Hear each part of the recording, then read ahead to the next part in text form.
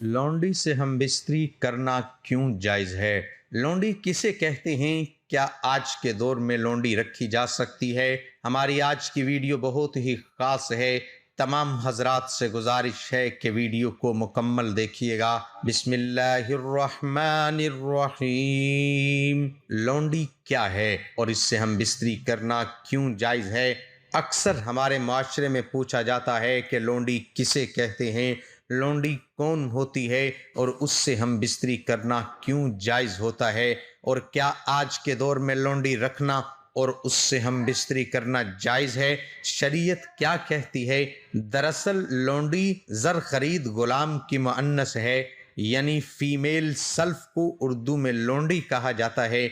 कदीम अरबी और दूसरे माशरों में गुलाम रखना आम बात होती थी, जिसे लोग अपने घरों, कारोबार और खेतों का काम करवाया करते थे।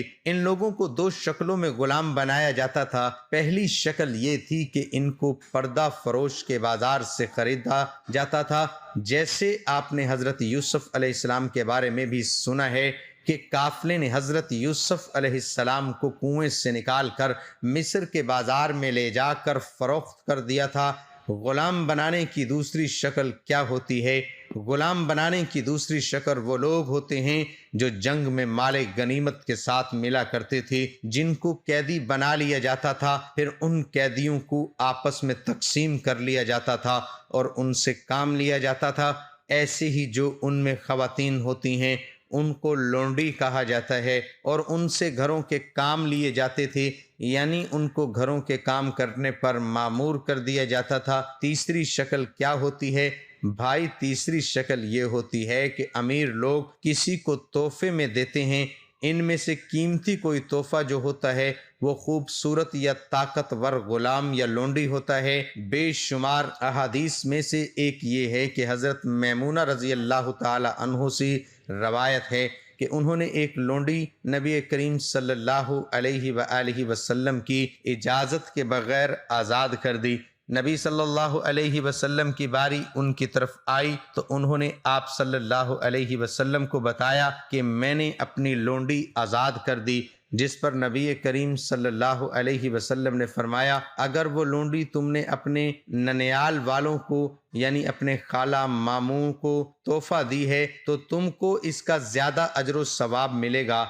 यानी लौंडी को आज़ाद करने के काम को इस दौर में बड़ा अजर व सवाब माना जाता था और यकीनन बहुत बड़ा अजर है और बेहतरीन सदका है। लौंडी किसे कहते हैं ये तो वाकई समझ में आ गया। अब मैं आपको बताता हूँ कि लौंडी से हम बिस्तरी करने को क्यों जायज़ कहा गया। देखें, शरीयत में अपनी लौंडी यानी इसकी अपनी मुकम्मल मलकियत है। जैसे कि वो ज़र खरीद हो या तोहफ़तन किसी से मिला हो, वो अब इसकी मलकियत शरीयत ने इसके साथ हम बिस्तरी की इजाज़त दी, लेकिन बहुत सख्त रूल है। बहुत सी पाबंदियों को फॉलो करना पड़ेगा, बहुत सी पाबंदियों की पासदारी करनी पड़ेगी।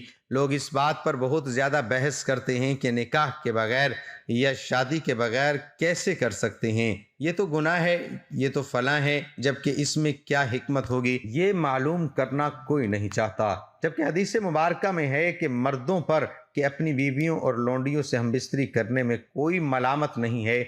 ये इसलिए जायज़ है। अब बताते हैं कि जब एक माशरे में ग़ुलाम और लौंडी लाई जाएं और उनकी जिनसी तस्कीन ना हो पाए तो माशरे में बेरवा रवी बढ़ेगी या फिर कम होगी। इसलिए मालिक अपने ग़ुलामों औरतों से हम बिस्तरी कर लेता है, लेकिन बहुत ज़बरदस्त रूल हैं जिनको फॉलो करना पड़ता है। चूँकि उसका दिन रवायत को इस्लाम ने ख़त्म करना था और इंसान को ग़ुलामी से निजात दिलानी थी। इसमें हिकमत की ज़रूरत थी, क्योंकि अगर नबी करीम सल्लल्लाहु अलैहि वसल्लम ये हुक्म फरमा देती कि लौंडियाँ आज़ाद हैं और ग़ुलामी का दौर ख़त्म हुआ तो हर घर से लौंडी आज़ाद होती, लिहाजा अब इनको हिफाजत तो ना मिलती। जाहिर बात है कि इनको ग़ुलाम नहीं संभाल सकते थे, क्योंकि वो खुद सिर्फ दौरे वक्त के खाने पर अपनी मलकियत खो चुके होते और वो इन लौंडी की कैसे हिफाजत कर पाते। समझ में आने वाली बात है कि इस सूरत में मुआशरे में बुराई और फहाशी आम हो जाती थी,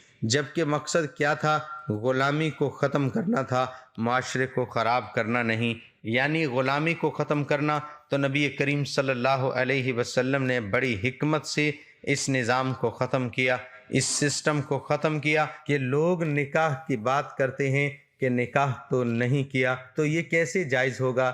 ارے بھائی، نکاح بھی تو نبی کریم صلی اللہ علیہ وسلم کی سنت ہی تو ہے۔ اگر نبی کریم صلی اللہ علیہ وسلم نے لونڈی کو نکاح کے بغیر جائز و قرار دیا تھا تو اس کو ماننے میں کون سا حرج ہے؟ روز نکاح میں بھی فالو کرنے ہیں اور اس عمل میں بھی فالو کرنے ہیں۔ اب رولز کے بارے میں سنیے کیا رولز ہیں۔ اگر مالک اپنی لونڈی سے ہم بستری کر لے تو یہ بات اس پر لازم ہوگی کہ اب وہ اس کو بیچ نہیں سکتا، یعنی کہیں اور فروخت نہیں کر سکتا، چاہے اسے کتنی ہی قیمت کیوں نہ مل جائے، اور اس سے پیدا ہونے والے بچے آپ کے بچے کہلوائیں گے، غلام کے بچے نہیں، اور آپ کی جائیداد میں برابر کے حقدار ہوں گے۔ لہٰذا اب غلامی ختم ہو گئی اور وہ لونڈی اب آپ کی بیوی بن جائے گی، تو مالکان کو اپنی لونڈیوں سے ہم بستری کرنے کی اجازت بھی دی، جس سے وہ ایک غلام سے گھر کی مالکہ بن گئی۔ دیکھیں کتنی حکمت سے اس بات میں کہ غلام سے وہ گھر کی مالکہ بن گئی، اور ان سے پیدا ہونے والا بچہ بالکل ہی ویسا پہچانا جائے گا،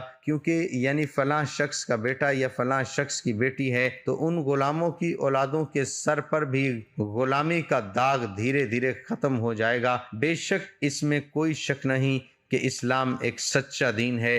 اب یہ آپ کے سامنے ہے کہ اس دور کے بعد کوئی لونڈی یا غلام اسلامی دنیا میں موجود نہیں ہے، بلکہ اس کا نام ہی ختم ہو گیا، اور آج اس کے بارے میں سوال کرتے ہیں اور معلومات حاصل کرنا چاہتے ہیں، کیونکہ غلامی اب تاریخ بن چکی ہے۔ اب بات یہ ہے کہ کیا لونڈی آج بھی رکھی جا سکتی ہے؟ کیا گھر میں کام کرنے والی بھی لونڈی ہے؟ کیا ان سے ہم بستری کرنا جائز ہے؟ تو سب سے پہلی بات، لونڈی زر خرید ہوتی ہے، تنخواہ دار نہیں ہے۔ سیلری والی جو ہمارے گھر میں کام والیاں ہوتی ہیں ان کو ہم لونڈی کے دائرے کار میں شامل نہیں کر سکتے، لہذا نوکرانی سے ہم بستری کرنا زنا میں شامل ہوگا۔ تو آج کل کے دور میں لونڈی کا تصور اس لیے نہیں کیا جا سکتا کہ زر خرید عورت خریدنا ہی ناممکن ہے جس کو غلامی میں رکھا جا سکے۔ ہاں، اگر آپ کو زر خرید مل بھی جاتی ہے تو اس سے نکاح کے 2 بول پڑھوانے میں کیا حرج ہے؟ اگر آپ لونڈی کو بیوی کی طرح استعمال کرنا چاہتے ہیں اور اس کے بچوں کو پورا حق بھی دینے پر راضی ہیں تو اس کے ساتھ نکاح کے 2 بول پڑھوانے میں کیا حرج ہوگا؟ کیونکہ غلامی کا دور تو ختم کیا گیا، اب غلامی کا دوبارہ کیسے ممکن ہے، کیسے جائز ہو سکتی ہے؟ تو امید کرتا ہوں کہ آج کی ویڈیو آپ کو پسند آئی ہوگی۔